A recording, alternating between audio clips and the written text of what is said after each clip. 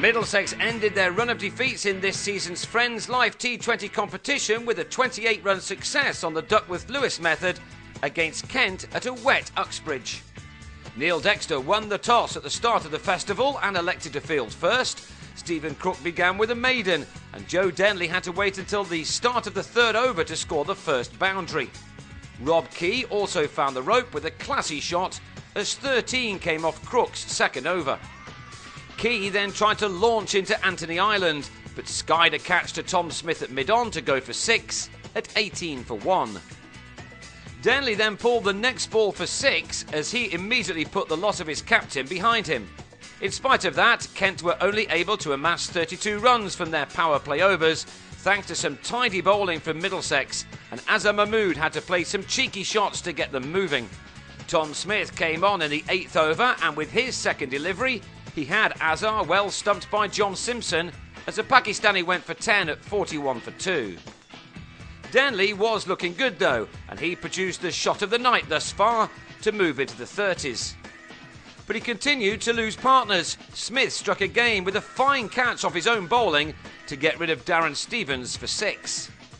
Kent had struggled to get to 56 for 3 at the halfway stage of their innings on a sluggish pitch, with Denley the only batsman to look completely comfortable on a cool evening in Uxbridge.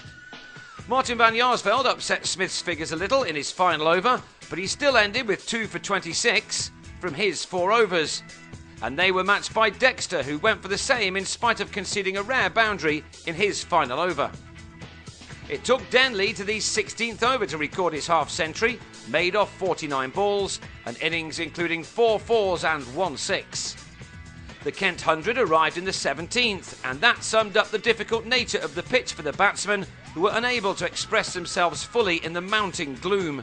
Van Jaarsveld did as well as anyone as he threw the bat towards the end. Denley too threw the kitchen sink at Tim Murtagh to try to get his side to something respectable, and that helped Kent finish their innings strongly just as the rain appeared. Murtagh went for 21 in his second over, the 19th of the innings, as Denley in particular picked up the pace with some good clean hitting in what was a fine innings from him. He finished on 84 while Van Jaarsveld raced to 43 in a stand of 96, as Kent did very well to get to 149 for 3 in the end from their allotted 20 overs. The Panthers gave a T20 debut to Adam Rossington on the day that he was included in the England under-19 squad, but he was out first ball, leg before to Azhar. With the rain still falling, Duckworth-Lewis was likely to come into account, and so Paul Stirling went after Wahab Riaz, hitting him for a huge 6 in his first over. He then carved him through the offside for a boundary as the Panthers went after the bowling. 14 came off Riaz's opening over, with Stirling looking in very good nick from the off.